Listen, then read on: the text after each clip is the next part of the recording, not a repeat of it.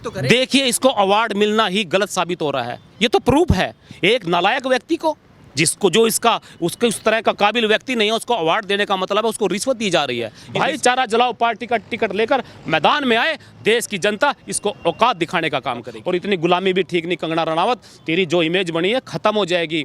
और मैंने तो जो तुम्हारी वीडियो देखी, तुम्हारी बातें सुनी, मुझे तुम्हारे अंदर से गुलामी की बू आने लगी है। अगर ऐसी बकवास करेगी, देश की जनता इसकी जुबान को भी तोड़ने का काम करेगी। और मैं फिर बार बार कहता हूँ, हमें यह साबित करने की जरूरत नहीं है तू देशभक्त है। कंगना रनावत, एक सही कहावत है, करेगी बगावत और जेल में जावत है। जिनकी तू बातें कर रही है, अरे उन्होंने तो राफेल में दलाली खाई है, ताबूत में दलाली खाई है, जवानों की दलाली खाई है, किसानों की दलाली खाई है। और दलाली में तुम्हें हासिल महारत है। कब जाएगा जेल, कब जाओगी तुम भी जेल, पूछता मेरा भारत है। और तुम्हारी ऐसी बातों पर थूकता मेरा भारत है कि वक्त हमेशा नहीं रहता। ये आज बकवास कर रही है ना, कल ये छिप कर बैठेगी कोने में। लड़ेंगे, डटेंगे, जीतेंगे। हमारे अंदर जुनून है, तुम्हारी रगों में अंग्रेजों का, हमारी रगों में देशभक्तों का खून है, देशभक्तों का खून है। तो है साहिब से गुजर जी हमारे साथ मौजूद हैं, इनसे जानकारी लेंगे कि दरअसल कंगना रनौत का ये बयान और इस तरीके की बयानबाजी देना हमारे देश के स्वतंत्रता सेनानियों का जिस तरीके से अपमान हो रहा है, क्या वजह हो सकती है कि कंगना इस तरीके से जो है बयानबाजी कर रही हैं। साहिब सिंह गुजर जी, आपका स्वागत है। लगातार आप जो भी बातें होती हैं सरकार के पक्ष में, विरोध में, जो भी बातें होती हैं, जो सच्चाइयाँ होती हैं, आप बेमुख होकर के बातों को रखते हैं, बेबाक तरीके से बातों को रखते हैं। सवाल सराजी मेरा वही है कि कंगना रनौत का ये बयान देना कि हमारा देश जो है भीख में आज़ादी मिली थी, सन 2014 के बाद असल में आज़ादी मिली है, आप इसको कैसे देखते? देखिए, मैं यही कहूँगा कि कंगना रनावत को आज खुद की आज़ादी भीख में मिली हुई है। और आप बार बार बोल रहे हैं कंगना रनावत, कंगना रनावत। देश का आम आदमी के इंसान कंगना रनावत को नहीं जानता। और मुझे तो लगता है जैसी उसने बातें की है, वो कंगना बनावट है, उसके अंदर रंगा हुआ है, सब कुछ बनावटी है। और बार बार वो बकवास करती है कि भीख में आज़ादी मिली हुई है। मैं कहना चाहता हूँ, सुन कान खोल कर रनावत, एक सही कहावत है, करेगी बगावत और जेल में जावत है।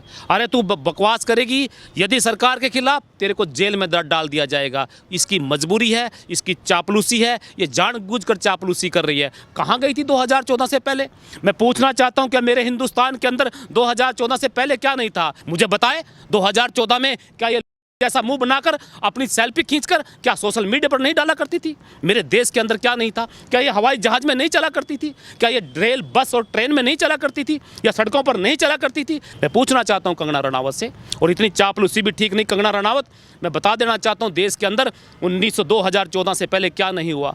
पाकिस्तान के 2 टुकड़े करने का काम हिंदुस्तान की सरकार ने किया, मजबूत सरकार ने किया। आज ये चापलूसी की हदें पार गई। मैं तो बड़ा हैरान हूँ, ऐसे लोग अगर देश में आएंगे ये देश तोड़ने का काम करेंगे।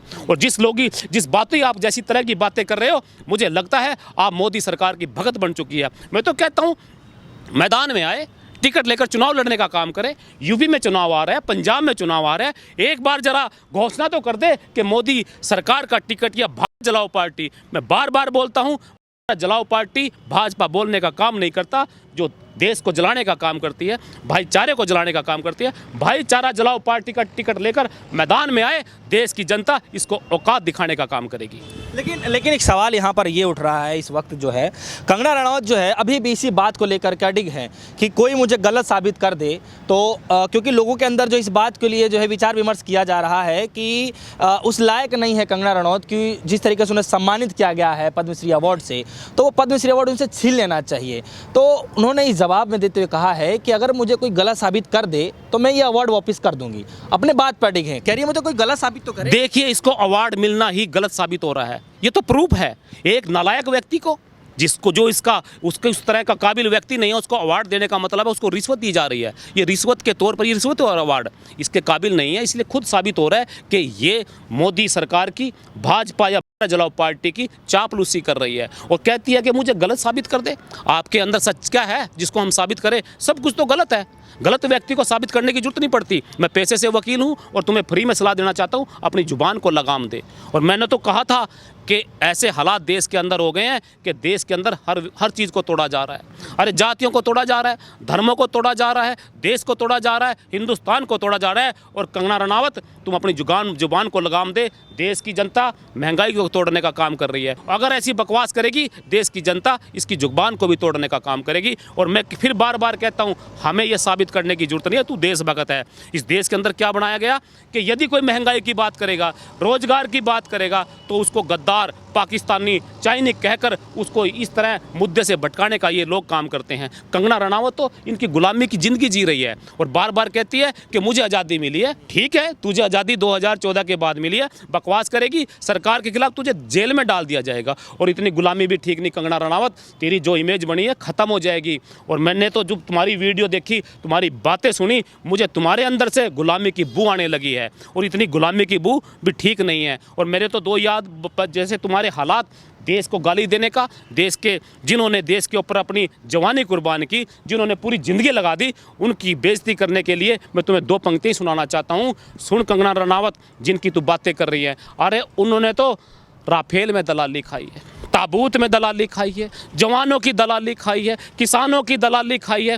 और दलाली में तुम्हें हासिल महारत है, कब जाएगा जेल, कब जाओगी तुम भी जेल, पूछता मेरा भारत है और तुम्हारी ऐसी बातों पर थूकता मेरा भारत है। मेरा भारत हर व्यक्ति इस कंगना रनावत के ऊपर का काम करता है। लेकिन साहब सिंह जी, एक सवाल मेरा यहाँ पर ये है कि लोग अब सवाल, हम लोग जब लोगों से बातचीत करते हैं तो उनका भी अंदर से जो सवाल ये आ रहा है कि कंगना रनावत से ये पूछा जाए कि सन 2014 से पहले आखिर वो गुलाम थी तो किसकी गुलाम थी?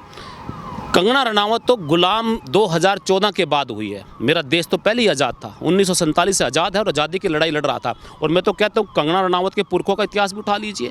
जिस तरह भाजपा के पुरखे जो आरएस के लोग थे, ये अंग्रेज़ों के गुलाम हुआ करते थे, अंग्रेज़ों की मुखबरी किया करते थे, यही काम आज लोग कर रहे हैं। कंगना रनावत की खुद की आज़ादी 2014 के बाद आई है। इससे पहले तो शायद वो पता नहीं कहाँ थी, इसको बचपन कहाँ बीता, जवानी कहाँ बीती, लेकिन मुझे लगता है सारा झूठ और फरेब पे टिकी हुई है। और ये जो बार बार बातें कर रही है, अपनी बेइज्जती कराने का काम कर रही है। और कंगना रनावत, मैं फिर कहता हूं, बार बार कहता हूं, यदि आपके अंदर इतनी ताकत और इतनी आपको आज़ादी मिली है, एक आज़ादी का अपना सबूत पेश करे, टिकट लेकर चुनाव लड़ने का काम करे, कहीं से भी लड़े। देश का, हिंदुस्तान का किसान आपकी इस जो बकवास को सहन नहीं करेगा, आपको वोट की ताकत से मार के दिखाएगा। लेकिन एक सवाल अब यहाँ पर यह भी उठ जाता है, जिस तरीके से अब आप भी बोल रहे हैं इसमें कि भारतीय जनता पार्टी के साथ जो है इस तरीके से मिली जुली हैं, तो एक सवाल अब यहाँ पे उठ रहा है कि लोगों का ये कहना है और खुद भारतीय जनता पार्टी का ये कहना है कि इस बयान से जो उनका कोई लेना देना नहीं है। देखिए, ऐसा भारत पार्टी के लोग, भाजपा के लोग जो है ना, उन्होंने इस तरह के गुलाम लोग छोड़े हुए हैं।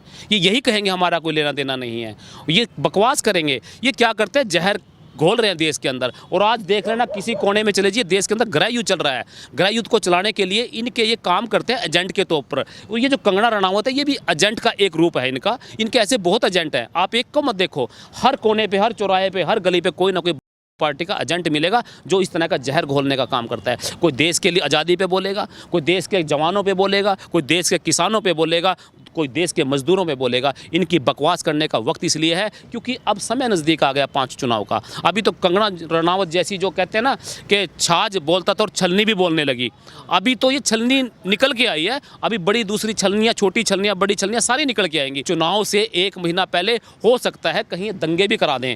मैं इनकी पॉलिसी को, इनके विचारों को, क्योंकि इनको मैंने अच्छे से स्टडी किया है। ये जो भाजपा के लोग हैं, ये पहले मुखबरी किया करते थे अंग्रेजों की। आज भी रिकॉर्ड उठाकर देखिए, सरदार भगत सिंह की मुखबरी या पैरवी करने वाला सत्यनारायण वर्मा आरएसएस का व्यक्ति था। चंद्रशेखर आज़ाद की मुखबरी करने वाला व्यक्ति वीरभद्र तिवारी आरएसएस का व्यक्ति था। तो इन लोगों ने मुखबरी की है। तो ये कंगना रनावत भी तो वही काम करी है। ये मुखबरी बनी हुई है, मुखबर बनी हुई है भारतीय जनता पार्टी की। इस तरह की कंगना रनावत न जाने कितनी आएंगी और कितनी बकवास करेगी, लेकिन बकवास के साथ साथ इनकी जुबान तोड़ने का काम देश की जनता करेगी। अच्छा, वकील साहब, एक सवाल यहाँ पर यह भी उठ जाता है क्योंकि जिस तरीके से बयानबाजी की जा रही है, बहुत लोग जो है इस बयान से आहत हुए हैं, क्योंकि हमारे देश के जो स्वतंत्रता सेनानी हैं उनका जिस तरीके से अपमान किया जा रहा है, हर व्यक्ति जो है इस समय बहुत आहत है।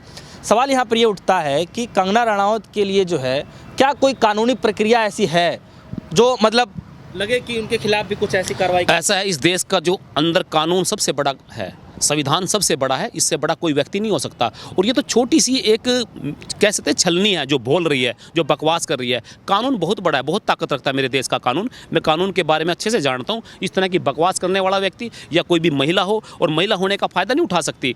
यदि कानून की बात करेंगे तो देश की आज़ादी के ऊपर उंगली उठाएगा, जो देश के जिन्होंने देश के ऊपर शहीद हुए हैं उनकी अगर बेइज्जती करने का काम करेगा या देश की बेइज्जती करने का काम करेगा। कानून अपना काम करता है, ऐसे में जेल में डालने का देश का कानून काम करता है। लेकिन ये क्या समझती है? ये समझती है कि शायद मोदी सरकार की सत्ता की पावर में देश के कानून से ये बड़ी अपने आप को समझती है। लेकिन वक्त आएगा और वक्त हर व्यक्ति का बदलता है। मैंने वक्त भी देखा है कि वक्त हमेशा नहीं रहता। ये आज बकवास कर रही है ना, कल ये छिप कर बैठेगी कोने में। इसलिए मेरे देश का कानून ये है कि आने वाले टाइम में यदि इस तरह की बकवास करेगी ये अंदर चली जाएगी। तो इसलिए मेरे देश के ऊपर इल्ज़ाम लगाने से पहले ये 100 बार सोचे, नहीं तो देश की जनता माफ़ नहीं करेगी। लड़ेंगे, डटेंगे, जीतेंगे। हमारे अंदर जुनून है। तुम्हारी रगों में अंग्रेज़ों का, हमारी रगों में देशभक्तों का खून है। देशभक्तों का खून है। इस देश के अंदर हर व्यक्ति देशभक्त है। जनता का, मजदूर का, गरीब का, किसान का बेटा, हर व्यक्ति जुनून लेकर घूम रहा है। और ऐसे लोगों का इलाज करने का काम मेरे देश का व्यक्ति करेगा। बहुत बहुत शुक्रिया वकील साहब, हमारे दर्शकों को बताने के लिए, समझाने के लिए। तो हमारे साथ जो है साहिब सिंह गुर्जर जी मौजूद रहे, जो कि पेशे से एडवोकेट हैं और जो इनके पिताश्री जो हैं ये खुद भी जो है किसानी भी जो है करते हैं। तो लगातार जो है मुखर होकर के अपने बातों को रखते हैं। तो हमने सोचा कि क्यों नहीं कंगना रनौत का जो बयान चल रहा है, बयानबाजी जिस तरीके चल रही हैं, उस पर इनकी क्या राय है। तो हमने जो राय बताई है इनकी, आप सुनकर समझ गए होंगे कि दरअसल क्या चल रहा है देश दुनिया के अंदर में। फिलहाल के लिए इतना ही। जुड़े हमारे साथ, देखते रहिए DSO न्यूज़। धन्यवाद।